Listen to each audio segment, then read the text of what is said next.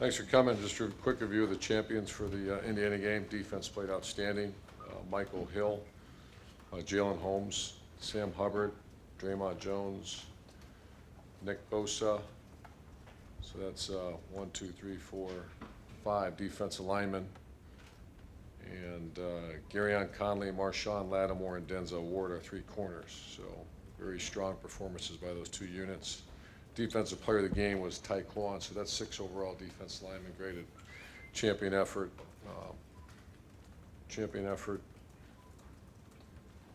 And 3 of the back end, 3 of our corners. Offensively, the only champions were Jamarco Jones and Pat Elfline, and obviously that's an area we need to get much better at.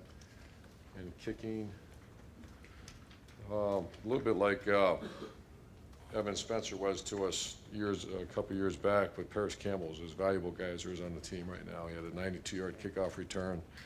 He's all over the place as far as what we ask him to do. He was special teams player of the week, and punt team was outstanding. Had a lot of respect for their punt returner who hurt the team up north last year, and then this year had a 50-yarder against Michigan State. Very good player. Number 87 on Page, I believe his name is, and we had worked very hard at it. And Cameron did a nice job, but the 3 gunners of Glover Williams, Clark, and Terry McLaren did an outstanding job. Obviously, the struggles were in the throw game, and that's going to be worked on extremely hard.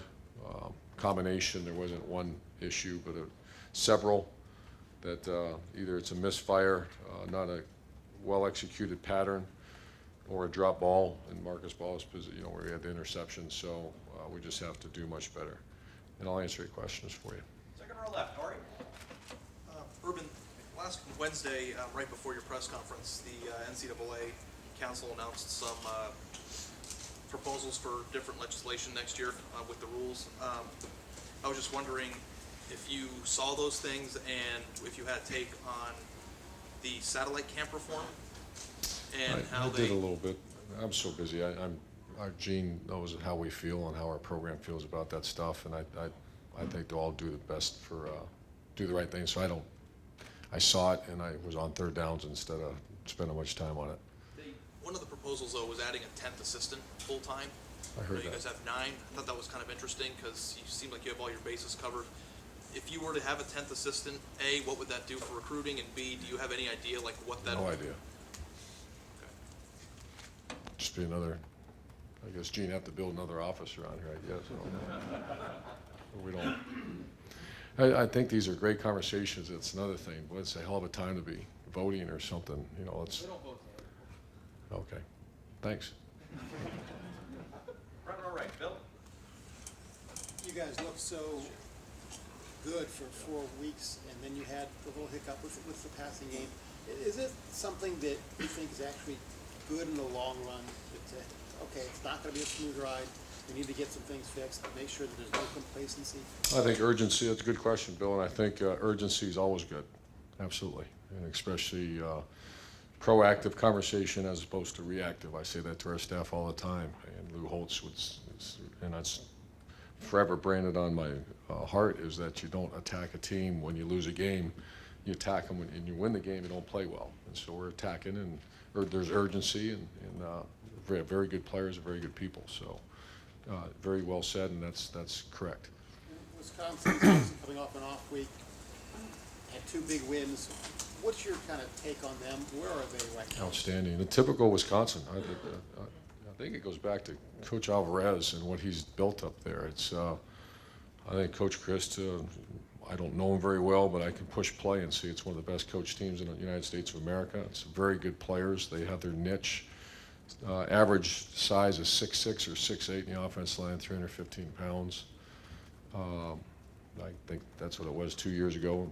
It's just consistent. They have an excellent running back, very efficient pass game, and then on defense, they're outstanding. They're what they've been. So it's amazing that they've had coach transition.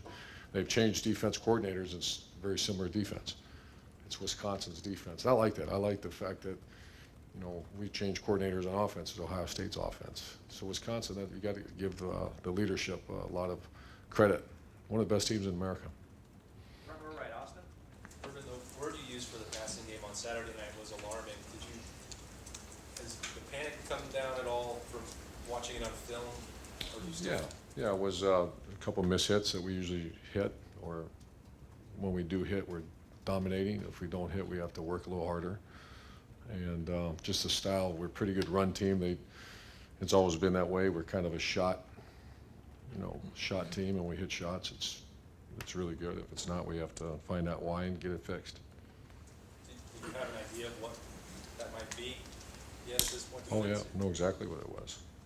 And it's alarming's probably a little overreactive, but we just got to get to fixed, practice, and get better. Second row left, Bill Landis. And you never want to take credit away from the team you played. It's a good team we played. So. Rattled off a bunch of defensive linemen who graded out as champions this week, and I know it's been a point of emphasis to build that area up in particular and get rotation going. And when people think about that sort of thing, I think they think of the SEC defensive lines that you're so familiar with. How close are you guys to that sort of on this trajectory with the defensive line you have? Well, we're closer than we've ever been because of depth and recruiting and guys staying healthy, and you have to visualize if we had Sprinkle still. So we did lose a very good player. But I don't want to tag him SEC because I haven't been there in a while, but we're very close to, you like to have a rotation, and we're very close to that. And one of the individuals in there, Jalen Holmes, just seems like he's playing very well this year, and seems maybe a little more versatile, I think, than people maybe expected from him because he has. Yeah, he plays inside as well, and Nick Bosa plays inside, so that's more in the passing situations than nickel, which against Indiana we're in a bunch of nickel.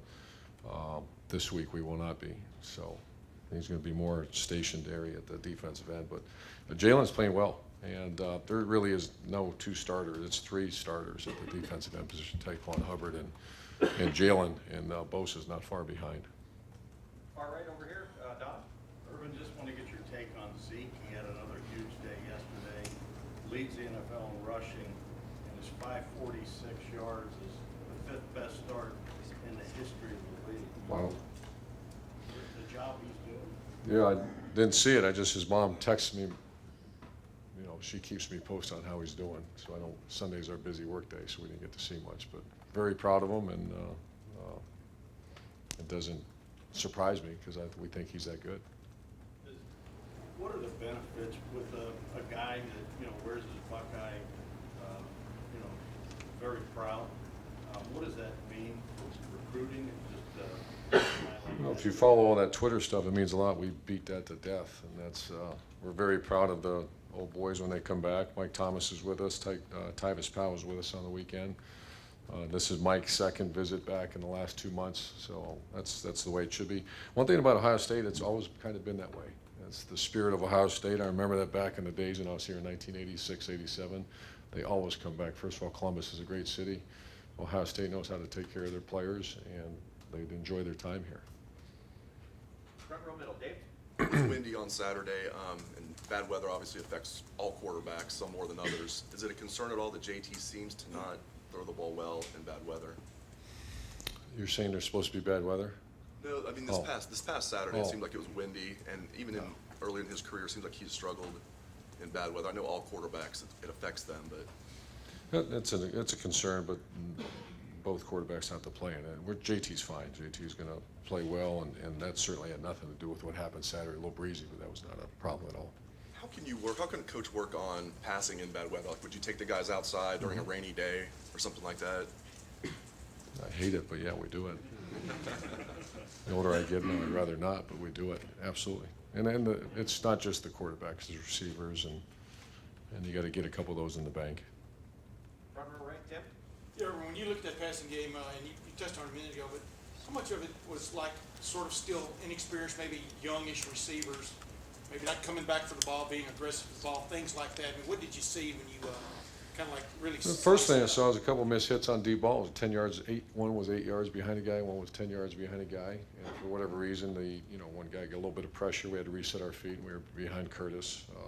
James Clark was running open down the sideline, and we were a little bit out of the pocket instead of being in the pocket. Those are two examples. We had a couple plays called where we ran poor routes too. I don't want to name names, but there are a couple names or a couple guys that just ran very poor routes. And that tends to, you look up at the scoreboard, you're up by 2 scores in the second half. Our job is to win the game. We're playing very good defense. We have the best punter in America. I know it's not what everybody likes. I don't like it.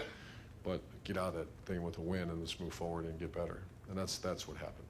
What does it do for like a group like the guys you just named, William Hill, Robert Landers, well, I don't think you named Robert, but Nick Bosa, to make a play, to be in on a play like that with the game sort of hanging in the balance? What does it do? The fourth down? Yeah, fourth Yeah, down it's play. I tremendous. mean, yeah, well, you've been around it. What does it do for players? I mean, what does it do for you from a confidence standpoint? Oh, and the defensive line's walking on, they're walking around here like they're king of the hill, and they played very well.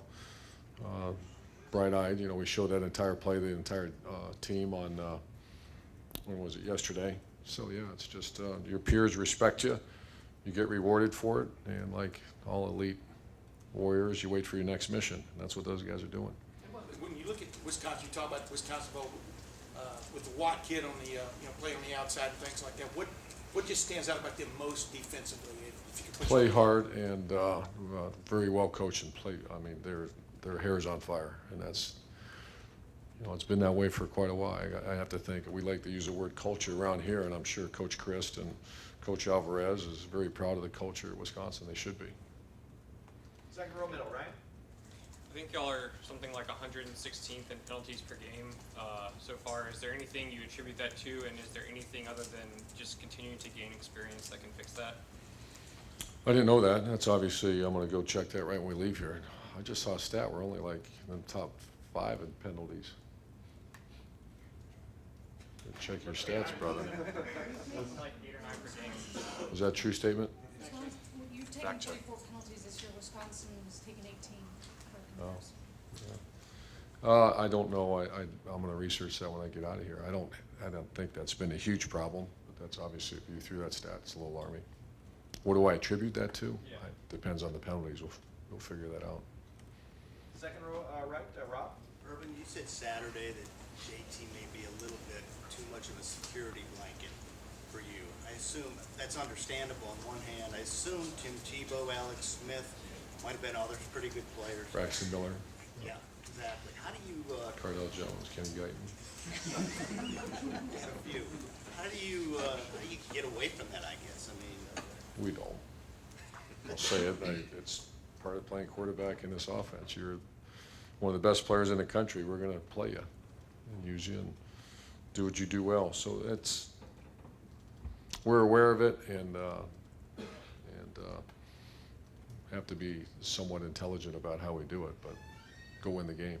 in tight situations, I mean, do you concerned, not worried, concerned that your opponent kind of knows that tendency and Sure, but that's where you have to put people around them, and Curtis Samuels of the world and Mike Weber's, and that's the one thing about that position, the quarterback position. It's the equalizer in spread offenses, because they can load up to stop the run. It's hard to load up to stop him because he's the next single wing a little bit. So just can't lean on him too much. Second row left, Lori. Coach, when talking to your players as they were diagnosing last year, they said one of the things that they maybe wish they had done better was handle a win where there was still some disappointment, like it was still a win. Raekwon said wins didn't feel like wins. JT said it got to the point where they tried to be too perfect.